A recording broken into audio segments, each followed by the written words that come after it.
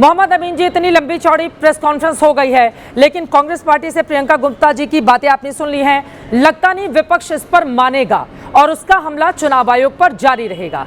फिर आगे कैसे निकलेगा रास्ता, इसको लेकर और उसको उन्होंने इलेक्शन कमीशन ने आज सब कुछ डिनाई कर दिया है। अब आप देखिए कि अगर ये देते हैं तो ठीक है सिग्नेचर करके, अगर नहीं देते तो नियमों के अंतर्गत आप देखिएगा कि चुनाव आयोग इनको सुओ मोटो नोटिस देगा और इनको इसका जवाब देना पड़ेगा। इस तरह से नहीं होता है कि किसी संस्था को आप बदनाम करिए। सुओ मोटो नोटिस ही दे देगा चुनाव आयोग, बिल्कुल दे देगा। तब तो वो और ज्यादा आक्रामक होंगे चुनाव आयोग के खिलाफ। इसलिए ये इस तरह की बातें करना चुनाव आयोग के लिए कि हम उसको बम से खत्म कर देंगे, एकदम खत्म हो जाएगा, ये करेंगे और बेईमानी करता है किसी पार्टी के लिए, जबकि साफ कहा है हमारे मुख्य चुनाव आयुक्त ने कि वो किसी पार्टी का पक्षधर नहीं है, वो संविधान का पक्षधर है। संविधान के अंतर्गत तो विपक्षी दल नहीं मान रहे हैं ना, वो उदाहरण दे रहे हैं महाराष्ट्र के, वो बिहार का उदाहरण दे रहे थे, इतने कम समय में क्यों किया। महाराष्ट्र में भी इनको मुखी खानी पड़ी इस मामले में विपक्षी दलों को कि वहां पर हाईकोर्ट ने उनको जवाब दे दिया इस बात का। हाँ। आप किसी भी आपको देख लीजिए, चाहे वो आप ईवीएम की बात देख लीजिए, चाहे वो किसी चीज, आज हर चीज क्लियर है, क्रिस्टल क्लियर है। कोई चीज़ को आप ये नहीं कह सकते कि इलेक्शन कमीशन ने किसी चीज़ को छुपाया है। आप देखिए बीएलओ से लेके 72 हमारे बीएलओ हैं एसआईआर में, और वॉलंटियर 4 लाख है हमारे पेड इलेक्शन कमीशन के, और हर पार्टी का बीएलए है वहाँ पर 1.5 लाख जो कर क्या रहा है, उसके सिग्नेचर लिए गए, उसके बाद लिस्टें बनाई गई। नहीं मोहम्मद अमीन साहब, लेकिन सवाल यह है ना कि अगर विरोधी दल संतुष्ट नहीं है आपके जवाब से, वो नहीं मानने को तैयार है, उनको लग रहा है नहीं है चुनाव आयोग निष्पक्ष, वो पक्षपात के आरोप लगा रहे हैं, कैसे निकलेगा समाधान? इसका समाधान जनता दे देगी उनको इलेक्शन में, और इलेक्शन कमीशन की कोई कार्रवाई नहीं रुकेगी। मैं आपको आज बता रहा हूं, उनको ऑब्जेक्शन देने हैं जैसे कि आज बताया गया। अच्छा, एक सवाल का और जवाब दीजिए, फिर मैं जाऊंगी बिहार के अपने मेहमान के पास। 70 ऑब्जेक्शन बीते दिनों तेजस्वी यादव की ओर से कहा गया कि हम लोगों के बीच जाएंगे और उसके बाद ये तय करेंगे कि इस चुनाव में हमें जाना है, लड़ना है या फिर नहीं लड़ना है।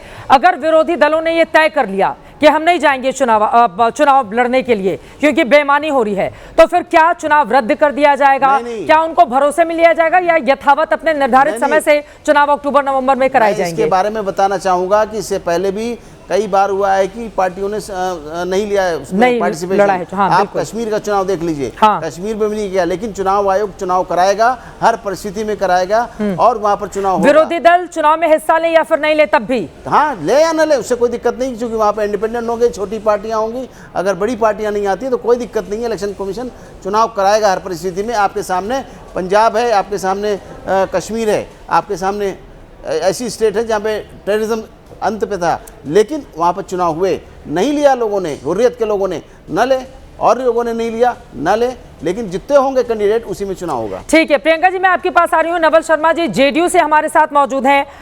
नवल शर्मा जी, दरअसल विपक्षी दलों को इस बात की भी दिक्कत है ना, अब देखिए 2005 से लगातार नीतीश कुमार मुख्यमंत्री की कुर्सी पर काबिज रहे, 20 के 1.5 सालों को छोड़कर, हालांकि उसमें भी आप ही के जीतन राम मांझी ही मुख्यमंत्री वहां पर बने रहे। इनका ये सवाल है कि ऐसा क्या है इन पार्टियों में, एक बार जहां जम जाते हैं फिर उखड़ते ही नहीं, हटते ही नहीं, इसी वजह से इनको चिंता है। जी जी, देखिए इसका सीधा जवाब है कि 1990 से 2005 और 2005 से लेकर 2025 के बीच के बिहार को आप देखिए।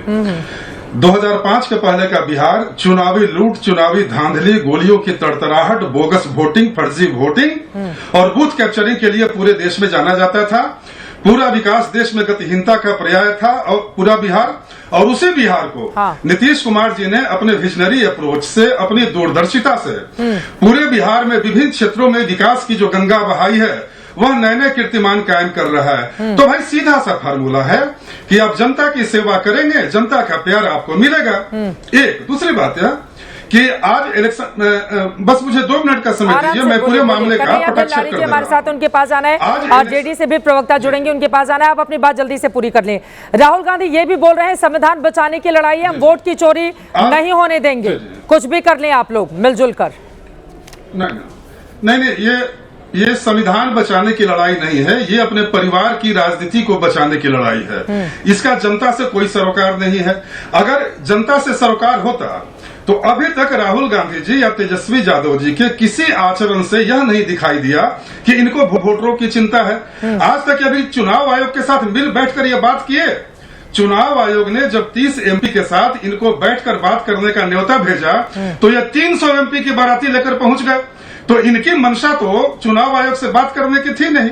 एक दूसरी बात है कि 2024 लोकसभा का चुनाव परिणाम जब घोषित हुआ था तो यही राहुल गांधी जी 99 सीटों के जीत का जश्न मना रहे थे।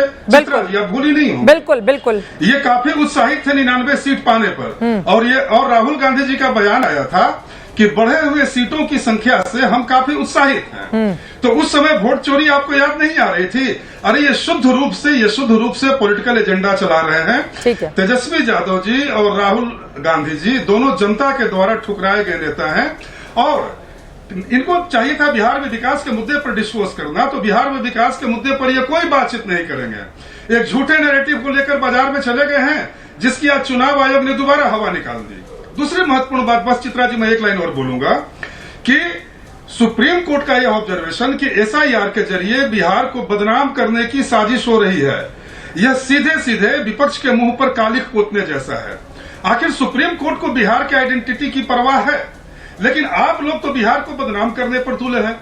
दूसरी बात यह कि इलेक्शन कमीशन बार बार यह कह रहा है कि आप अपने बीएलए के जरिए अगर मतदाता सूची में कोई त्रुटि है तो उस पर प्रकाश डालिए, हम दूर करने के लिए तैयार बैठे हैं। हाँ। लेकिन आज तक इन लोगों ने कोई आपत्ति दर्ज नहीं कराई। इसका सीधा मतलब है कि आपको बिहार के मतदाताओं की चिंता नहीं है, आपको बिहार के गरीब आवाम की चिंता नहीं है। अगर चिंता होती तो आप बीएलए के सहयोग से अभी 15 दिन का पीरियड, बस एक लाइन चित्रा जी, बस एक लाइन, अभी 15 दिन का क्रूशियल पीरियड मतदाता सूची में सुधार का समय है और अभी के समय का उपयोग आप क्या कर रहे हैं?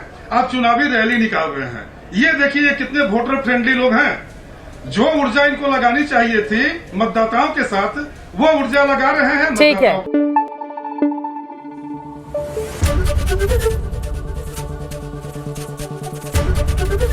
एबीपी न्यूज आपको रखे आगे।